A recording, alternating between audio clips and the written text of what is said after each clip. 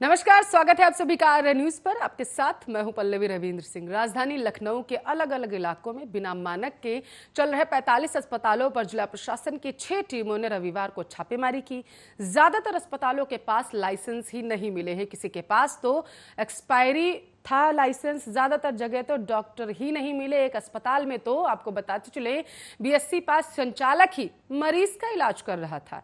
Nursing और OT technician का काम छात्रों के जिम्मे था। और यही नहीं, ओटी के फ्रिज में दवाओं की जगह बियर की बोतलें रखी हुई थी। छापे के बाद जिलाधिकारी अभिषेक प्रकाश के निर्देश पर सीएमओ डॉक्टर मनोज अग्रवाल ने 29 अस्पतालों के खिलाफ नोटिस जारी कर दिया। साथ ही चेतावनी दी गई है कि अगर अस्पताल प्रबंधन ने संतोषजनक जवाब नहीं दिया तो सीलिंग की कार्रवाई भी की जा सकती है। दुबग्गा से हरदोई रोड पर अपर नगर मजिस्ट्रेट द्वितीय किंशुक श्रीवास्तव व डॉक्टर मिलिंद के नेतृत्व में निकली टीम 5 अस्पतालों में गई थी। इस दौरान modern hospital, maternity and trauma centre में 3 आईसीयू के बेड मिले, लेकिन एक्सरे व इमरजेंसी की सुविधाएं वहां पर नदारद थी। डॉक्टर नहीं मिले, स्टाफ नर्स के पास नर्सिंग की डिग्री तक नहीं थी। बताया गया कि रजिस्ट्रेशन के नवीनीकरण के लिए आवेदन किया गया है। New Asian hospital and trauma centre में डॉक्टर नहीं थे। बीएससी डिग्री धारक अस्पताल मालिक प्रेम कुमार वर्मा खुद ही मरीजों का इलाज कर रहे थे। दूसरे बीएमएस डॉक्टर एनके शुक्ला ना तो डिग्री दिखा सके और ना ही यूनिवर्सिटी का नाम बता सके। यहाँ फार्मेसी का लाइसेंस ही नहीं था और ना ही फार्मासिस्ट। एएनएम का कोर्स कर रहे छात्र नर्सिंग की ड्यूटी करते मिले। आपको बताते चले मेरिटस हॉस्पिटल में भी एएनएम और जीएनएम का कोर्स कर रहे छात्र छात्राएं नर्सिंग और ओटी टेक्नीशियन की ड्यूटी कर रहे थे। लाइसेंस की वैधता भी यहाँ की समाप्त पाई गई। वहीं लखनऊ तुलसी एंड ट्रामा सेंटर में 4 आईसीयू बेड थे, लेकिन ईएमओ और अन्य डॉक्टर वहां पर नहीं मिल सके। मौके पर यहां ओटी के फ्रिज में बियर की बोतल्स रखी मिली है। लाइसेंस की वैधता भी खत्म हो गई थी। इसी तरह मेडिप्लस एंड ट्रामा सेंटर के लाइसेंस सर्टिफिकेट की वैधता भी समाप्त मिली है। ईएमओ के अलावा कोई डॉक्टर वहां पर मौजूद नहीं था। फार्मेसी का लाइसेंस भी नहीं दिखा सके वो लोग।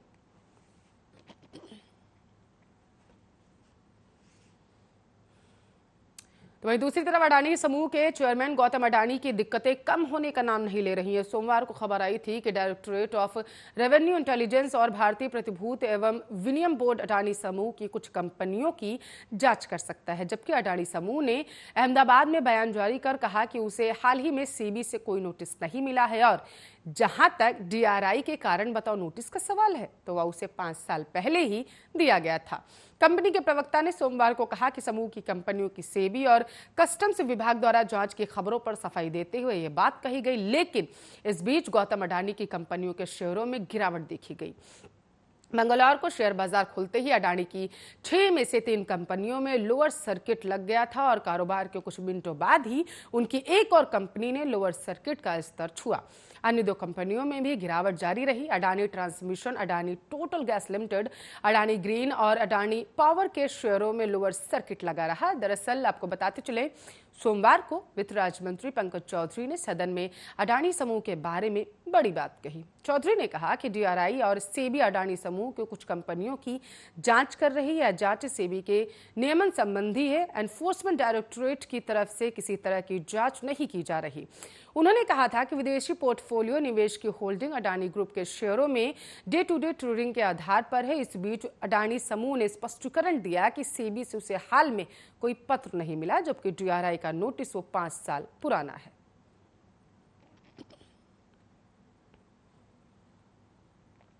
तो यूपी के पूर्व मुख्यमंत्री और राजस्थान के पूर्व राज्यपाल कल्याण सिंह की हालत अस्थिर है। विशेषज्ञ डॉक्टरों की उनके स्वास्थ्य की पल पल निगरानी कर रही है। उनके स्वास्थ्य के लिहाज से आने वाले 2 दिन बेहद महत्वपूर्ण बताए जा रहे हैं। आपको बताते चले एसजीपीजीआई की ओर से मंगलवार सुबह 10:30 बजे के आसपास जारी किए गए स्वास्थ्य बुलेटिन के मुताबिक कल्याण सिंह की हालत स्थिर नहीं है। शनिवार शाम को सांस लेने में उन्हें तकलीफ थी। शिकायत के बाद कल्याण सिंह की ऑक्सीजन थेरेपी शुरू की गई। सांस लेने में तकलीफ और बढ़ने पर रविवार शाम से उन्हें नॉन इन्वेसिव वेंटिलेशन पर रखा गया है। बयान के मुताबिक पीसीएम, कार्डियोलॉजी, नेफ्रोलॉजी, न्यूरोलॉजी और एंडोक्रिनोलॉजी विभाग के वरिष्ठ चिकित्सक पूर्व मुख्यमंत्री के स्वास्थ्य पर लगातार नजर बनाए हुए हैं। एसजीपीजीआई के निदेशक प्रोफेसर आर के धीमान भी नियमित रूप से उनके इलाज की निगरानी कर रहे हैं। आपको बता दें कि 89 वर्षीय कल्याण सिंह को गत 4 जुलाई को संक्रमण और बेहोशी के कारण एसजीपीजीआई में भर्ती कराया गया था। इससे पहले उनका इलाज राम मनोहर लोहिया चिकित्सा संस्थान में चल रहा था।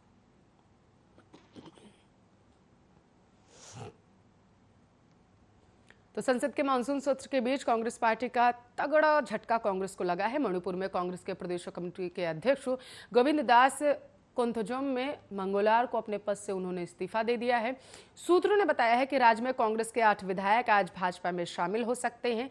मणिपुर अगले साल होने वाले विधानसभा चुनाव से पहले यह कांग्रेस पार्टी के लिए तगड़ा झटका बताया जा रहा है। गोविंद दास कैथोजम कांग्रेस पार्टी से विष्णुपुर विधानसभा क्षेत्र से लगातार 6 बार विधायक रह चुके हैं और विधानसभा में नेता प्रतिपक्ष भी रहे हैं। पिछले साल दिसंबर में उन्हें मणिपुर का कांग्रेस का अध्यक्ष बनाया गया था। बता दें कि आगामी विधानसभा चुनाव को देखते हुए पिछले महीने भाजपा ने शारदा देवी को मणिपुर में पार्टी का अध्यक्ष नियुक्त कर दिया था। शारदा देवी ने एस टिकेंद्र सिंह की जगह ली है, जिनकी मई में कोरोना संक्रमण के चलते मौत हो गई थी।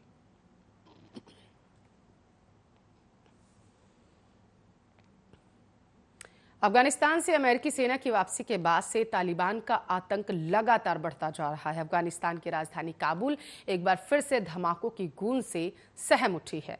मंगलवार सुबह काबुल में राष्ट्रपति भवन पर हुए रॉकेट हमले ने सबके रोंगटे खड़े कर दिए। यह हमला उस वक्त हुआ जब राष्ट्रपति अशरफ गनी बकरीद की नमाज में हिस्सा लेने जा रहे थे। अफगानिस्तान मीडिया रिपोर्ट के मुताबिक स्थानीय समयानुसार यह हमला सुबह लगभग 8 बजे के आसपास हुआ। जिस जगह हुआ वहां से राष्ट्रपति भवन बेहद नजदीक था। इस हमले को लेकर माना जा रहा है कि हमले का निशाना अफगानिस्तान के राष्ट्रपति अशरफ गनी हो सकते हैं।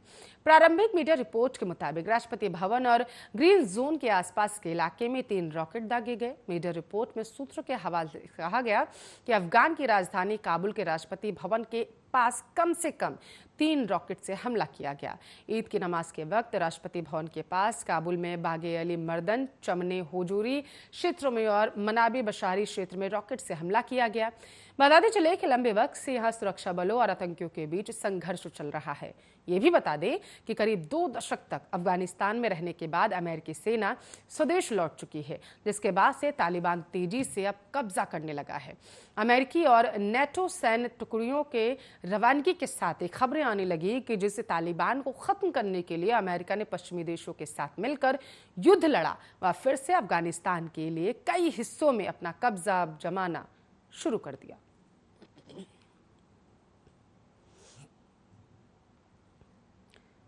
तो देश में कोरोना महामारी की दूसरी लहर अभी थमी नहीं है। तीसरी लहर की आशंका के बीच केरल, महाराष्ट्र और ओडिशा समेत कई राज्यों में तेजी से मामले अब बढ़ने लगे हैं। हालांकि राहत की बात यह है कि कई दिनों बाद आज देश में संक्रमण के दैनिक मामलों और कोविड से मरने वालों की संख्या में कमी दर्ज की गई। देश में पिछले 24 घंटे में 30,093 के आसपास मामले आए हैं और आपको बताते चले 374 लोगों की जान चली गई।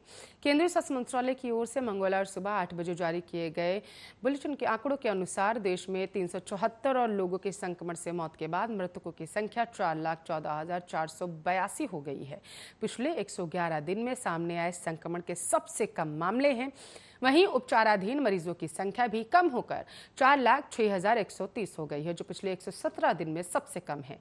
यह कुल मामलों का 1.30% है। पिछले 24 घंटों में उपचाराधीन मरीजों की संख्या में कुल 15,535 की कमी आई है। मरीजों के ठीक होने की राष्ट्रीय दर 97.37% है। आंकड़ों के अनुसार अभी तक कुल 44,73,41,133 नमूनों की कोविड-19 संबंधी जांच की गई, जिनमें से 17,92,336 नमूनों की जांच सोमवार को की गई।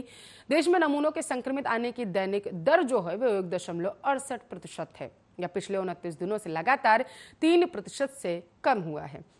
नमूनों में संक्रमण की पुष्टि की साप्ताहिक दर 2.6% है। अभी तक कुल 3,03,53,710 लोग संक्रमण से मुक्त हो चुके हैं। वहीं कोविड-19 से मृत्यु दर 1.33% बना हुआ है।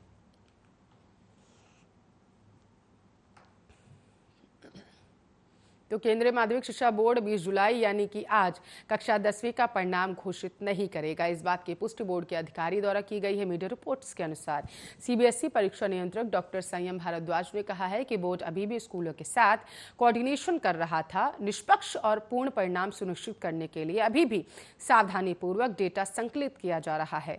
परीक्षा नियंत्रक कहते हैं कि अटकलों के विपरीत सीबीएसई 20 जुलाई को कक्षा 10वीं के परिणाम घोषित नहीं करने जा रहा। बोर्ड स्कूलों के साथ डेटा संकलित करने के लिए दिन रात काम कर रहा है और ऐसे परिणाम जारी कर रहा है जो निष्पक्ष, पूर्ण और बिना किसी विचलन के हों। जैसे ही नियम प्रक्रिया पूरी हो जाएगी, हम परिणाम घोषित कर देंगे।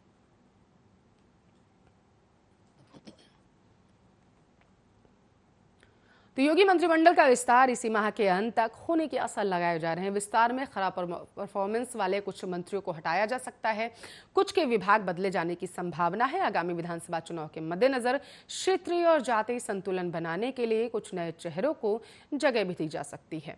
मंत्रिमंडल विस्तार को लेकर राष्ट्रीय नेतृत्व के साथ चर्चा के लिए भाजपा के प्रदेश अध्यक्ष स्वतंत्र देव सिंह और महामंत्री संगठन सुनील बंसल सोमवार को दिल्ली पहुंच गए। विधान परिषद के 4 सदस्यों के मनोनयन पर भी चर्चा होगी। मोदी मंत्रिमंडल में फेरबदल और विस्तार के बाद से ही योगी कैबिनेट के भी विस्तार की चर्चाएं तेज हो गई थी। मंत्रिमंडल को लेकर प्रदेश सरकार की ओर से तैयार पैनल पर राष्ट्रीय अध्यक्ष जेपी नड्डा, गृह मंत्री अमित शाह और महामंत्री संगठन बीएल संतोष के साथ मंथन किया गया। उसके बाद प्रधानमंत्री नरेंद्र मोदी की हरी झंडी लेकर मंत्रिमंडल में विस्तार और फेरबदल किया जाएगा। सूत्रों के मुताबिक संघ ने भी अपेक्षा के अनुरूप काम न करके सरकार और संगठन की छवि खराब कर रहे मंत्रियों को हटाने का आदेश दिया है।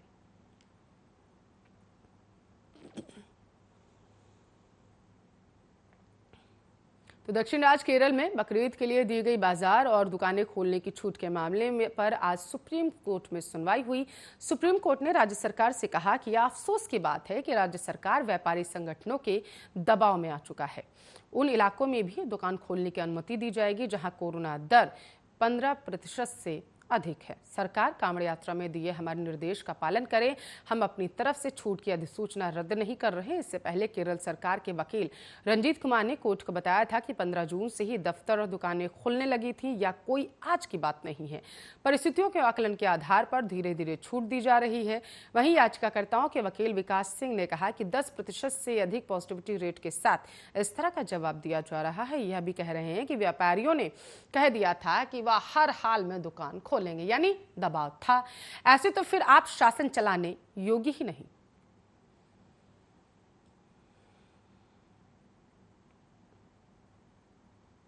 तो इजरायली जासूसी सॉफ्टवेयर पेगासस फोन में एक सामान्य व्हाट्सएप कॉल से भी पहुंच सकता है। जिसको कॉल की गई है वह जवाब दे या ना दे, उसके फोन में यह पहुंच जाएगा या फोन में विभिन्न लॉन्ग एंट्री डिलीट कर देता है, जिससे इसकी मौजूदगी का पता नहीं चलता। बताते चले कि इजरायली कंपनी एनएसओ ने पेगासस को विकसित करने के बाद विभिन्न देशों की सरकारों को बेचना शुरू किया। 2013 में सालाना $4 करोड़ कमाने वाली इस कंपनी की कमाई 2015 तक करीब 4 गुना बढ़ गई, यानी $15.5 करोड़ के आसपास हो गई थी। सॉफ्टवेयर काफी महंगा माना जाता है, इसलिए सामान्य संगठन और संस्थान इसे खरीद नहीं पाते।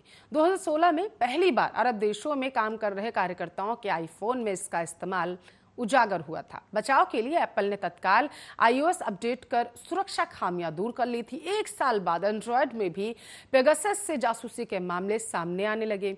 2019 में फेसबुक के सुरक्षा विशेषज्ञों ने पेगासस को एक बड़ा खतरा बताते हुए केस दायर किया था। इसी दौरान व्हाट्सएप ने भारत में कई कार्यकर्ताओं और पत्रकारों के फोन में इसके उपयोग का खुलासा किया।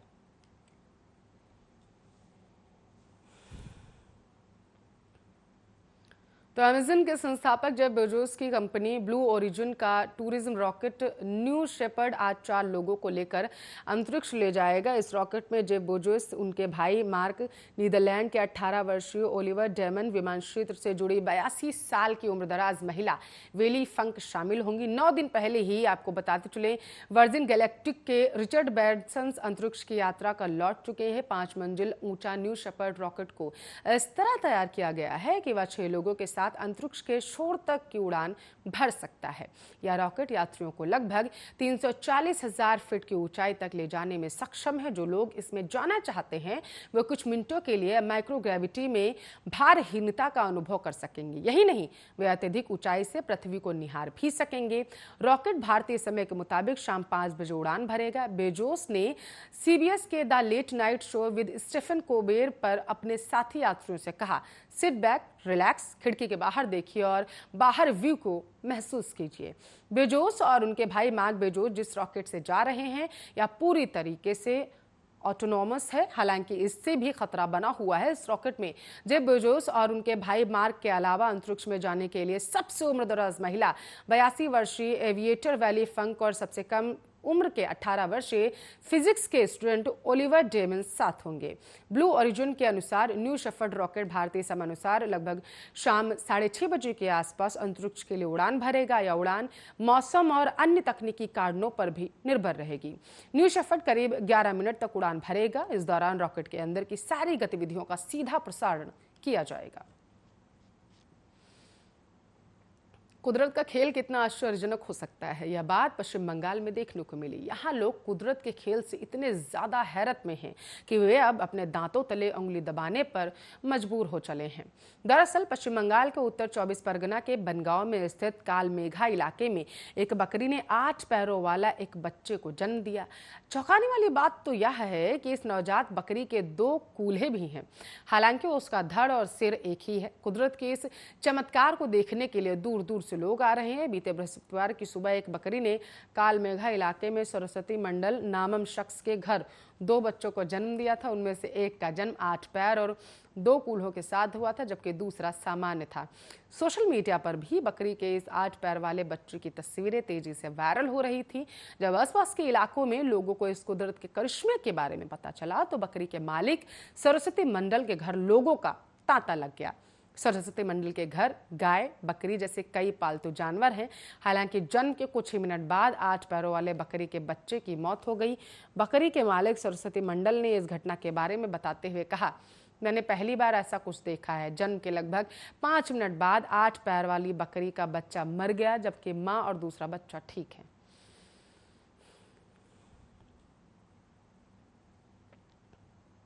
देश में आज 125 दिनों बाद कोरोना वायरस के सबसे कम 30,093 मामले सामने आए हैं। देश में अब रिकवरी रेट बढ़कर 97.37% हो चुका है। वहीं दैनिक पॉजिटिविटी रेट 1.68% के आसपास है।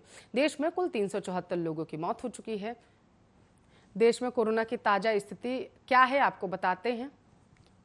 स्वास्थ्य मंत्रालय की ओर से जारी किए गए ताजा आंकड़ों के मुताबिक देश में अब कुल पॉजिटिव मामलों की संख्या 3,11,74,322 है और वहीं 374 नई मौतों के बाद कुल मौतों की संख्या 4,14,482 हो चुकी है। देश में 45,254 मरीज जो हैं वो डिस्चार्ज हो चुके हैं और कुल डिस्चार्जों की संख्या बढ़कर 3,03,53,710 हो गई है। देश में सक्रिय मामलों की संख्या जो है वो 4 लाख के आसपास।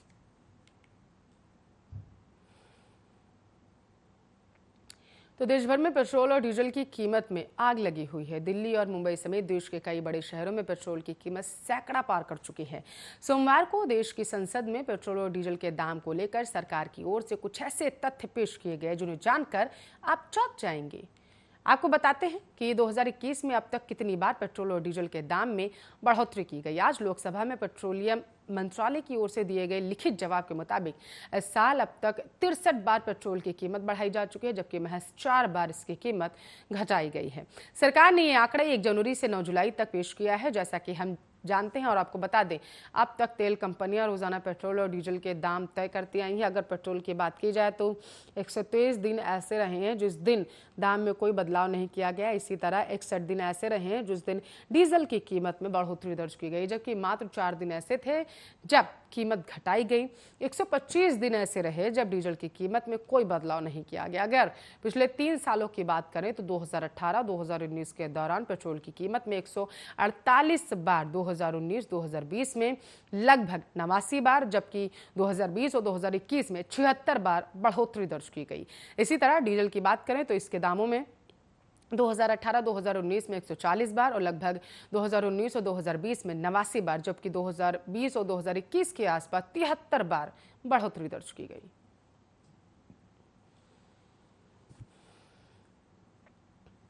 तो आज घरेलू बाजार में सोने के वायदा कीमत में तेजी आई और करीब एक माह के उच्चतम स्तर पर यह पहुंच चुका है। MCX पर सोना वायदा 0.38% ऊपर 38,258 रुपये प्रति 10 ग्राम पहुंच चुका है। चांदी की बात करें तो यह 0.3% ऊपर बढ़कर 67,442 रुपये प्रति किलोग्राम पहुंच चुका है। पिछले सत्र में सोना 0.12% बढ़ा था और चांदी 1,000 रुपये लुढ़क गई थी।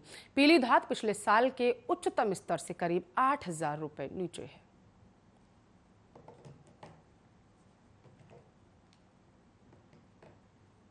चलिए, इसी खबर के साथ इस बुलेटिन बस इतना ही। अब बने रहिए हमारे साथ, देखते रहिए आरएन न्यूज।